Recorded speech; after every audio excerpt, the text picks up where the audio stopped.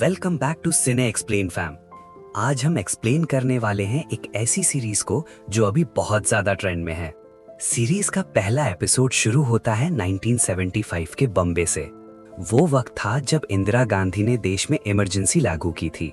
हर तरफ दंगे, फसाद, अफरा तफरी। और इसी माहौल में हम देखते हैं एक एम्बुलेंस को। एम्बुलेंस के अंदर एक आदमी खून से लथपथ पड़ा है, ऑक्सीजन मास्क लगा है, बेहोश है। उसके पास तो कांस्टेबल बैठे हैं और वो दोनों आपस में बेट लगा रहे हैं कि ये आदमी बचेगा या नहीं। एक कांस्टेबल कहता है, अगर ये बचा तो मैं 5 का 250 दूंगा। डील फाइनल हो जाती है। वॉइस ओवर में पता चलता है इस आदमी का नाम है ब्रिज भट्टी। और ब्रिज भट्टी कोई आम इंसान नहीं था। उसने जुए सट्टे में इतना पैसा कमाया था कि सरकारी खजाना भी उसके आगे छोटा पड़ जाए। अब कहानी 11 साल पीछे जाती है। हम पहुंचते हैं लक्ष्मी चाल बस्ती में। यहीं रहता है ब्रिज, किराए के मकान में। उसका एक छोटा भाई है लच्छू, जिसकी बीवी प्रेग्नेंट है। एक दिन जब ब्रिज काम के लिए निकलता है तो मकान मालिक किराया मांगने लगता है। ब्रिज तुरंत उसे ऐसे जाल में फंसाता है कि वो दोबारा सोचेगा। बोलता है, न दीवारों में पेंट हुआ न सीढ़ियों की मरम्मत हुई। पहले ये करो फिर किराए की बात करो, वरना यहाँ कौन रहने आएगा। मकान मालिक चुप हो जाता है। इसके बाद सीन शिफ्ट होता है बॉम्बे के कॉटन मार्केट में। यहाँ लालजी भाई का पूरा दबदबा है। कपड़े के धंधे के साथ साथ वो सट्टा भी चलवाता है। कभी लकी ड्रॉप पत्तों से, कभी गाड़ी के नंबर से। हर बार खेल अलग। और यही काम करता है ब्रिज, वहाँ मैनेजर की तरह। पत्ते खोलना उसी का काम है। एक दिन एक महिला सट्टा लगाने आती है। पूछा जाता है कितना लगाएगी। वो कहती है 50 रुपए। उस वक्त 50 रुपए मतलब आज के 500 रुपए जैसे। सब हैरान। वो 5 नंबर पर लगाती है। जीती तो 100 रुपए, हारी तो सब डूब। पत्ता खुलता है 7 नंबर। उस महिला के पूरे पैसे डूब जाते हैं। वो सदमे में बेहोश हो जाती है। थोड़ी देर बाद जब वो होश में आती है तो ब्रिज उसके पास आता है। पूछता है इतने पैसे क्यों लगाए। वो बताती है पति हॉस्पिटल में बीमार है, पैसों की सख्त जरूरत थी, सोचा जीत जाएगी। ब्रिज उसे समझाता है ये बाजार पहले जैसा नहीं रहा, यहाँ बहुत मक्कारी होती है, और उसे कुछ पैसे दे देता है। वो महिला शुक्रिया करके चली जाती है।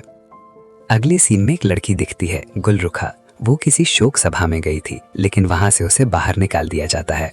एक आदमी उससे कहता है, रूसी तुम्हारी वजह से मरा, अब उसकी जायदाद में भी हिस्सा चाहिए। गुल कोई जवाब नहीं देती, चुपचाप चली जाती है। वापस कॉटन मार्केट में ब्रिज कुछ मजदूरों से पलेदारी करवाना चाहता है, लेकिन वो ज्यादा पैसे मांग रहे हैं। तभी डिगडू नाम का एक आदमी आता है। पैर में थोड़ा फ्रैक्चर है। वो कहता है मैं काम कर दूंगा, पैसे जो मर्जी देना, और काम पर लग जाता है। एक इम्पॉर्टेंट बात, इस पूरी सीरीज का वॉइस ओवर डिगडू की आवाज में है, जैसे वो किसी को कहानी सुना रहा हो। ब्रिज का छोटा भाई लच्छू, वो भी सट्टा लगाता था और सट्टे में 10,000 रुपए हार चुका था। जिससे उधार लिया था वो जीनू भाई अब उसके पीछे पड़ गया। लच्छू भागते भागते घर आता है। जीनू भाई अपने गुंडों के साथ घर तक पहुंच जाता है। ब्रिज से पता चलता है 10,000 रुपए का उधार है। जीनू भाई कहता है मूलधन बाद में, लेकिन ब्याज अभी चाहिए, नहीं दिया तो उंगली काट लेगा। जीनू भाई आगे बढ़ता है। ब्रिज से देखा नहीं जाता। वो बीच में आ जाता है और कहता है 1 हफ्ते में 10,000 दूंगा, दुगने। जीनू भाई को यकीन नहीं होता, लेकिन बात लंबी चलती है और आखिरकार वो रुक जाता है। अब ब्रिज के सामने एक ही सवाल है, इतने पैसे आएंगे कहाँ से। ब्रिज बार बार अपने सेठ लालजी भाई से पैसे मांगता है, लेकिन लालजी हर बार उसे निकम्मा कह के टाल देता है। एक दिन ब्रिज घुड़दौड़ में लालजी से पैसे मांगने पहुंच जाता है। वहां लालजी ने सबके सामने उसे जलील कर दिया। ब्रिज ने जब अपनी पगार मांगी और हिसाब करने को कहा, लालजी ने साफ मना कर दिया, वहां से बाहर निकाल दिया। बाहर बैठा था तो गुल वहां आती है, देखती है ब्रिज के हाथ में चोट है, पूछती है क्या हुआ। ब्रिज उससे पूछता है घोड़े पर सट्टा लगाने आई हो तो ब्राउन रॉक वाले घोड़े पर लगाओ, वो जीतेगा। गुल बताती है वो फ्रेंड से मिलने आई है। जब गुल रेस देखती है वही घोड़ा जीतता है जो ब्रिज ने बताया था। इधर ब्रिज मार्केट के बाहर डिगडू से सोच रहा है पैसे कहाँ से आएंगे। काफी सोचने के बाद वो खुद मार्केट में बैठकर जुआ खिलाने का फैसला करता है। ब्रिज बैठता है, कोई नहीं आता। लालजी भाई ने अपने आदमियों से उस पर नजर रखवाई हुई थी। आदमी लालजी को रिपोर्ट करता है सिर्फ 4 लोग जमा हुए हैं, आपकी टक्कर कोई नहीं दे सकता। शाम को गली में एक मटका खेल चल रहा था। पर्ची निकाली जाती है, जिसका नाम आए उसे पैसे मिलते हैं। ब्रिज की बीवी को भी उम्मीद थी, लेकिन उसका नाम नहीं आया। तभी ब्रिज आता है और उस मटके को उठाकर घर ले जाता है। मटका देखते ही उसके दिमाग में एक आइडिया आता है। अगले दिन ब्रिज मार्केट में पहुंचता है। पत्तों में से किंग, क्वीन, जोकर हटा देता है। डिगडू बताता है 50 रुपए की बाजी लगी है और ब्रिज देखता है कि दुग्गी पर कम पैसे लगे हैं, सत्ता पर कोई पैसा नहीं। ब्रिज अपना खेल शुरू करता है, तुरंत पत्ता खोलता है, सत्ता निकलता है। सब हैरान, लेकिन ब्रिज कहता है एक बार और करते हैं। इस बार दुग्गी निकालता है, फिर समझाता है सत्ता दुग्गी। लालची भाई आप सबको ऐसे ही बेवकूफ़ बनाता है। वो अपने नाम के पत्ते निकाल लेता है और आपके पैसे ठग लेता है। ब्रिज खेल को पूरी तरह बदल देता है। हर गेम के लिए नई गड्डी, सारे पत्ते फैला देता है। जिसकी किस्मत वो आजमाए, जो पत्ता उठाए उतने पैसे मिले। रोज नए ऑफर्स लाता है, ज्यादा से ज्यादा लोग आने लगते हैं। ये देखकर लालजी भाई अपने आदमी संभा को पैसे देता है, जाओ ब्रिज के मार्केट में सट्टा लगाओ। संभा जाकर एक साथ ढेर सारे पैसे इस तरह लगाता है कि कोई भी नंबर आए उसकी जीत हो। ब्रिज से कंफर्म कराता है, जीतूंगा तो 9,000 मिलेंगे। ब्रिज हाँ कहता है। पत्ता खुलता है, कार्ड पर नंबर 2 आया था। संभा जीत गया। ब्रिज का दिल भारी है, लेकिन उसने वादा किया था जितने भी पैसे बचे थे सब उठाकर संभा को दे लेता है। संभा लेते वक्त कहता है, इतनी ईमानदारी दिखाओगे तो मार्केट में डूब जाओगे, लालाजी यही चाहता है। ब्रिज जीनू भाई के पास कुछ पैसे जमा करने जाता है और कहता है बाकी जल्दी लाऊंगा। जीनू भाई बोलता है, तेरा छोटा भाई उंगली कटवाने पर था, तू तो पूरा हाथ कटवाने पर तुला है। ब्रिज समझाता है, जितना ज्यादा इन्वेस्ट करेंगे लोगों का ट्रस्ट बनेगा, एक दिन में सब रिकवर हो जाएगा। अब ब्रिज एक नया मार्केट बनाने का फैसला करता है और साथ में लाता है घर का मटका। सोच ये थी, हर घर में मटका होता है। जब भी कोई घर में मटका देखेगा उसे इस खेल की याद आएगी और इसी खेल को नाम दे देता है मटका। खेल का नया रूल, 40 पत्तों में से 3 पत्ते निकाले जाएंगे। उन तीनों का टोटल निकालो, उस टोटल का इकाई अंक लो। जीतने वाले को उतने गुना पैसे मिलेंगे। ओपन शिफ्ट में खेला, इकाई के हिसाब से पैसे मिलेंगे। क्लोज शिफ्ट में खेला, दहाई के हिसाब से। कैटेगरीज भी बनाई, SP सिंगल पाना 1 का 150, DP डबल पाना 1 का 300, TP ट्रिपल पाना 1 का 1000। ये सुनकर लोग अट्रैक्ट होने लगते हैं। इस बीच ब्रिज की बीवी हॉस्पिटल में भर्ती होती है। ब्रिज दौड़कर पहुंचता है, बेटा पैदा हो चुका था। वो खुशी में बीवी को कंगन देता है। इधर वो रिपोर्टर TP, जो एक बड़ा आर्टिकल छापना चाहता था, उसे किसी ने बताया कि कपड़े वाली गली में मटका नाम का गेम चल रहा है। वो कवर करना चाहता है, लेकिन उसका सेठ मना कर देता है। मार्केट में भीड़ इतनी बढ़ गई है कि लोगों को लाइन लगानी पड़ रही है। हफ्ता लेने वाले चल रहे हैं, क्योंकि मजदूर सारा पैसा मटके में लगा रहे हैं। अब स्टोरी उस पॉइंट पर आ चुकी है जहां ब्रिज का मटका सिस्टम सिर्फ चल नहीं रहा, बहुत जल्दी ग्रो कर रहा है। वहीं गुल, जिसे ब्रिज ने रेस कोर्स पर हेल्प किया था, अब दोबारा उसकी लाइफ में आती है। इस बार सिर्फ थैंक यू बोलने के लिए नहीं, बल्कि जेन्युइनली समझने के लिए कि ब्रिज ने इतना बड़ा सिस्टम कैसे खड़ा किया। ब्रिज उसे अपना पूरा सेटअप दिखाता है, कैसे नंबर्स डिसाइड होते हैं, कैसे पे आउट्स मैनेज होते हैं और सबसे इम्पॉर्टेंट कैसे ट्रस्ट मेंटेन होता है। गुल को ये सिस्टम काफ़ी इंटरेस्टिंग लगता है।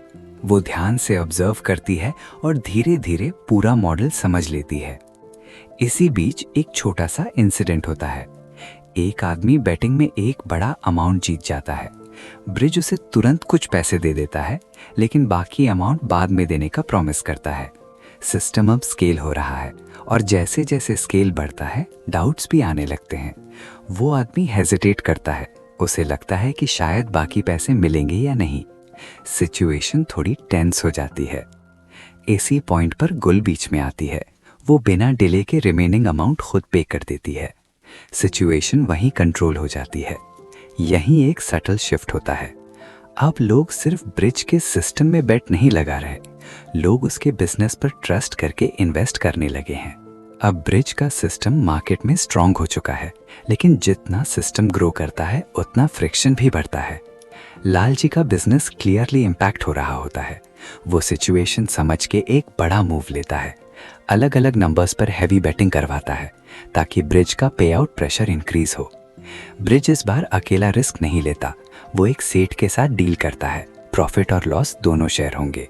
इससे वो सिस्टम को स्टेबल रखता है और बेट एक्सेप्ट करता है। मार्केट से निकलते वक्त ब्रिज पर पहला फिजिकल थ्रेट आता है। कुछ लोग जो लेबर यूनियन से जुड़े होते हैं उसे घेर लेते हैं। प्रॉब्लम सिंपल है, वर्कर्स अब उन्हें हफ्ता देना बंद कर रहे हैं और पैसा मटका में डाल रहे हैं।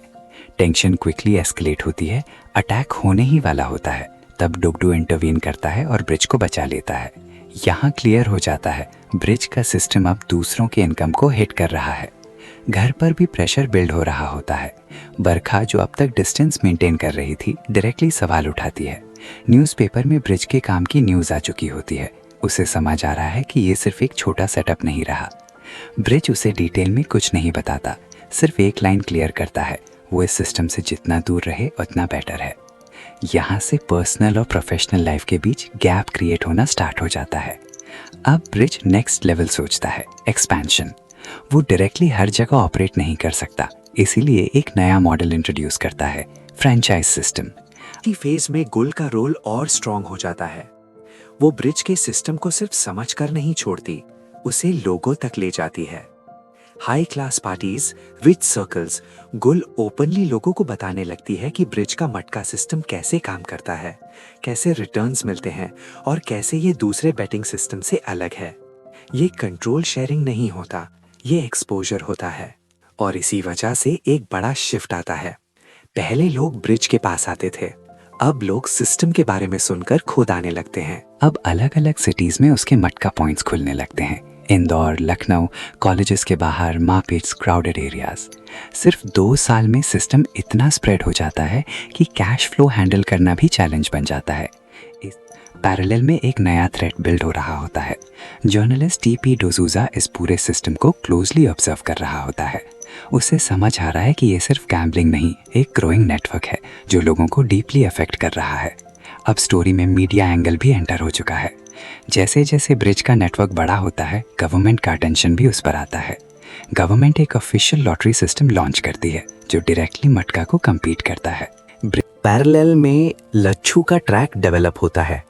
वो अभी सिस्टम का पार्ट है, लेकिन उसकी पर्सनालिटी इम्पल्सिव और अनस्टेबल ही रहती है। कॉलेज के बाहर एक सेटअप हैंडल करते वक्त उसकी मुलाकात वसुधा से होती है। ये इंटरेक्शन धीरे धीरे अट्रैक्शन में कन्वर्ट होता है और यहीं से उसके डिसीजंस इमोशनल डायरेक्शन लेने लगते हैं। इसी ड्यूरेशन में ब्रिज का इंटरेक्शन जीनू भाई के साथ फिर से होता है। जीनू भाई इनिशियली उसके बिजनेस को स्केप्टिसिज्म के साथ देख रहा होता है, लेकिन ब्रिज का अप्रोच अब चेंज हो चुका है। वो अपने सिस्टम को एक स्ट्रक्चर्ड मॉडल के रूप में प्रेजेंट करता है, जहां ट्रस्ट, ट्रांसपेरेंसी और स्केल तीनों क्लियर दिखते हैं। ग्रेजुअली जीनू भाई कन्विंस हो जाता है और सिर्फ सपोर्ट ही नहीं बल्कि एडिशनल क्रेडिट एक्सटेंड करने के लिए भी रेडी हो जाता है। ब्रिज की पर्सनल लाइफ में भी इसी फेज में फ्रिक्शन स्टार्ट होता है। उसके ससुर डायरेक्टली उसे एक मटका आउटलेट देने की डिमांड रखते हैं। ब्रिज इस रिक्वेस्ट को रिजेक्ट कर देता है क्योंकि उसके लिए सिस्टम की फाउंडेशन ट्रस्ट पर बेस्ड है और वो उन पर ट्रस्ट नहीं करता। ये डिसीजन बिजनेस लेवल पर लॉजिकल है, लेकिन पर्सनल रिलेशनशिप्स में स्ट्रेन क्रिएट करता है। बरखा सिचुएशन को समझती है लेकिन उस वक्त रिएक्ट नहीं करती। बरखा को सोसाइटी का डायरेक्ट रिएक्शन फेस करना पड़ता है। कुछ लोग उससे कन्फ्रंट करते हैं और ब्रिज के काम को लेकर उसे इंसल्ट करते हैं। ये पहली बार होता है जब ब्रिज का बिजनेस डायरेक्टली उसकी फैमिली को इम्पैक्ट करता है। ब्रिज इस सिचुएशन को हैंडल करने के लिए बरखा को कार शोरूम ले जाता है, उसके लिए एक कार खरीदता है और फिर उसे रेस कोर्स ले जाता है, वही जगह जहां कभी उसे इंसल्ट करके निकाला गया था। इस मोमेंट में ब्रिज एक ब्रॉडर पर्सपेक्टिव डेवलप करता है कि सोसाइटी का जजमेंट सिलेक्टिव होता है। अपर क्लास ओपनली या प्राइवेटली वही एक्टिविटीज करता है जिसे वो पब्लिकली क्रिटिसाइज करता है, जबकि लोअर और मिडिल क्लास को उसी चीज के लिए जज किया जाता है। ये उसके सिस्टम को जस्टिफाई करने का एक इंटरनल फ्रेमवर्क बन जाता है। इसी बीच लालजी एक इनडायरेक्ट मूव करता है। वो लच्छू को टारगेट करता है और उसे इन्फ्लुएंस करता है, वसुधा के थ्रू और फाइनेंशियल टेम्पटेशन के थ्रू। ग्रेजुअली लच्छू कॉम्प्रोमाइज करने लगता है और विनन नंबर्स लीक होने लगते हैं। डुगडू अकाउंट्स चेक करते वक्त इरेगुलरिटीज नोटिस करता है और ये इन्फॉर्मेशन ब्रिज तक पहुंचाता है। ब्रिज सिचुएशन को इमीडिएटली एड्रेस करता है। वो लच्छू को कन्फ्रंट करता है और क्लियर वार्निंग देता है कि सिस्टम कॉम्प्रोमाइज होने का मतलब है पूरा स्ट्रक्चर कोलैप्स हो जाना। इस पॉइंट पर एक इम्पॉर्टेंट शिफ्ट एस्टैब्लिश होता है। बाहर से सिस्टम स्ट्रॉन्ग और एक्सपैंडिंग दिख रहा है, लेकिन अंदर से इंस्टेबिलिटी स्टार्ट हो चुकी है। इसी बीच दगड़ू ब्रिज और लच्छू को एक बिलबोर्ड दिखाता है जहां गवर्नमेंट का नोटिस लगा होता है। एक ऑफिशियल लॉटरी सिस्टम लॉन्च हो चुका होता है जो मटका जैसा ही है। ब्रिज तुरंत समझ जाता है कि ये डायरेक्ट कंपटीशन है और इसका इम्पैक्ट उनके बिजनेस पर पड़ेगा। ब्रिज रेवेन्यू मिनिस्टर से मिलता है और एक स्ट्रक्चर्ड प्रपोजल देता है जैसे अल्कोहल पर टैक्स लगता है, वैसे ही मटका को लीगल करके उस पर टैक्स लिया जा सकता है। लेकिन मिनिस्टर इसे रिजेक्ट कर देता है। उसके लिए इश्यू क्लियर होता है, लोग अपना पैसा मटका में डाल रहे हैं और गवर्नमेंट फंड्स अफेक्ट हो रहे हैं। इसके साथ ही वो ब्रिज को इनडायरेक्टली वार्निंग देता है कि उसका सिस्टम बंद करना पड़ेगा। मटका सिस्टम कंप्लीटली फ़ोन कॉल्स पर डिपेंड करता है। ब्रिज नंबर्स निकालता है और अपने नेटवर्क में सर्कुलेट करता है। लॉ के हिसाब से एक यूज़र को एक ही फ़ोन कनेक्शन मिल सकता है, लेकिन ब्रिज मल्टीपल लाइंस चला रहा होता है। गुलरुख अलग अलग लोकेशंस और लोगों के थ्रू कनेक्टेड रहती है। गवर्नमेंट इसको टारगेट करती है। नए कनेक्शंस ब्लॉक, पुरानी lines disturb, repair intentionally delay, communication heavily impact होने लगता है। इसी फेज में डुगडू ब्रिज को बताता है कि लालजी ने भी सिमिलर सिस्टम स्टार्ट कर दिया है, लेकिन 9x के बजाय 12x रिटर्न के साथ। मार्केट का एक हिस्सा उसकी तरफ शिफ्ट होने लगता है। ब्रिज डायरेक्ट कॉन्फ्रंटेशन चूज करता है। वो लालजी से मिलता है और एक प्रैक्टिकल अप्रोच रखता है। अगर रिटर्न वॉर चले तो लॉन्ग टर्म में दोनों सिस्टम डैमेज होंगे, स्टेबल रेट मेंटेन करना ही बेहतर है। लालजी अग्री कर लेता है। इसके बाद ब्रिज एक इम्पॉर्टेंट ऑब्जर्वेशन करता है। एक होटल से कॉल करते वक्त कनेक्शन अनयूजुअली क्लियर होता है। उससे पता चलता है कि होटल्स अपना प्राइवेट एक्सचेंज सिस्टम यूज करते हैं। यहीं से एक नया सोल्यूशन निकलता है। डुगडू एक वुमन सुलाबा को आइडेंटिफाई करता है जो प्राइवेट कम्युनिकेशन सिस्टम हैंडल करती है। उसके थ्रू ब्रिज को प्राइवेट नेटवर्क का एक्सेस मिल जाता है। इसके बाद सिस्टम फिर से स्मूथली ऑपरेट करने लगता है। गवर्नमेंट डिस्ट्रप्शन बाईपास हो जाता है। पैरेलल में ब्रिज का इन्फ्लुएंस पॉलिटिक्स तक एक्सटेंड होता है। उसका दोस्त जंतो म्यूनिसिपल इलेक्शन लड़ रहा होता है, एक ऐसे कैंडिडेट के अगेंस्ट जो रेवेन्यू मिनिस्टर से कनेक्टेड होता है। ब्रिज एक्टिवली सपोर्ट करता है। Campaign, network, influence. मटका नेटवर्क के लोग वोट देते हैं और जंतु इलेक्शन जीत जाता है। ये ब्रिज की फर्स्ट पॉलिटिकल विन होती है मिनिस्टर के अगेंस्ट। इसी बीच लच्छू के साथ एक इंसिडेंट होता है। एक आदमी क्लेम करता है कि उसने लॉटरी जीती थी, लेकिन वो टाइम पर कलेक्ट नहीं कर पाया। लच्छू उसे पेमेंट देने से मना कर देता है। वो आदमी पुलिस ले आता है और चीटिंग का केस बना देता है। लच्छू अरेस्ट हो जाता है।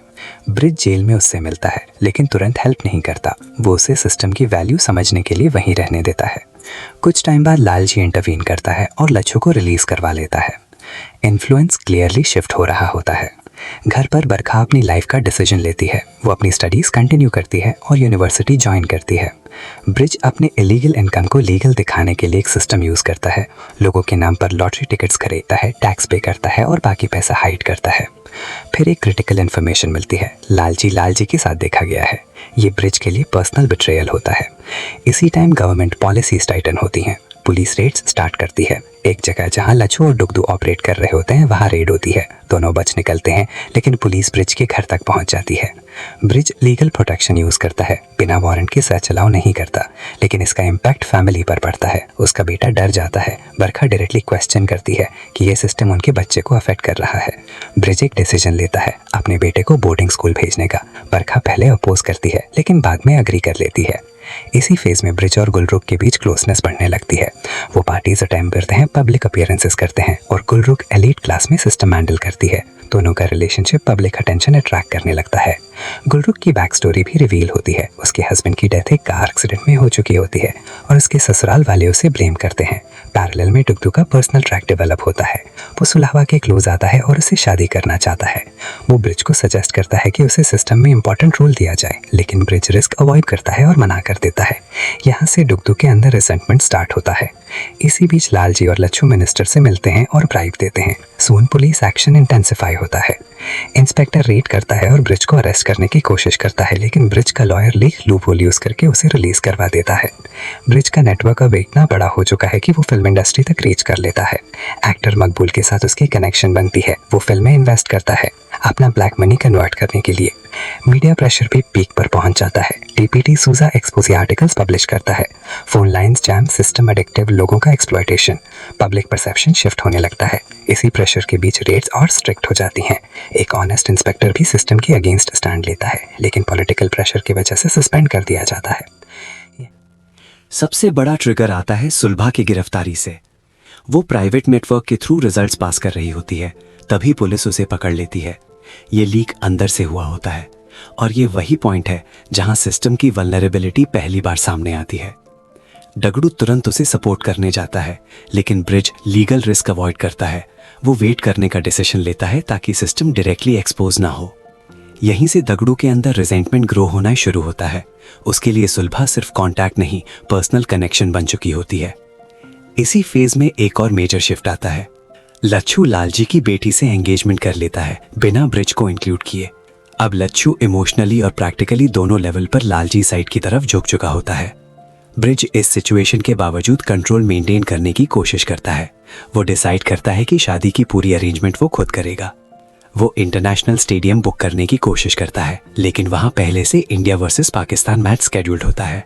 बाद में मैच शिफ्ट हो जाता है। ऑफिशियल रीजन वेदर होता है, लेकिन पीछे इन्फ्लुएंस क्लियरली फील होता है। शादी उसी स्टेडियम में ग्रैंड स्केल पर होती है, लेकिन सीबीआई अचानक एंट्री लेती है और लच्छू को इंटेरोगेशन के लिए ले जाती है। ये टिप ऑफ बाहर से नहीं, अंदर से गया होता है, जो बाद में रिवील होता है कि दगड़ू नहीं दिया था। शादी के बीच ब्रिज अकेला खड़ा रह जाता है। कोर्ट हियरिंग में लच्छू को बेल मिल जाती है। ब्रिज ने उसके लिए एफोर्ड किया होता है, लेकिन लच्छू इमोशनल डिस्टेंस मेंटेन करता है।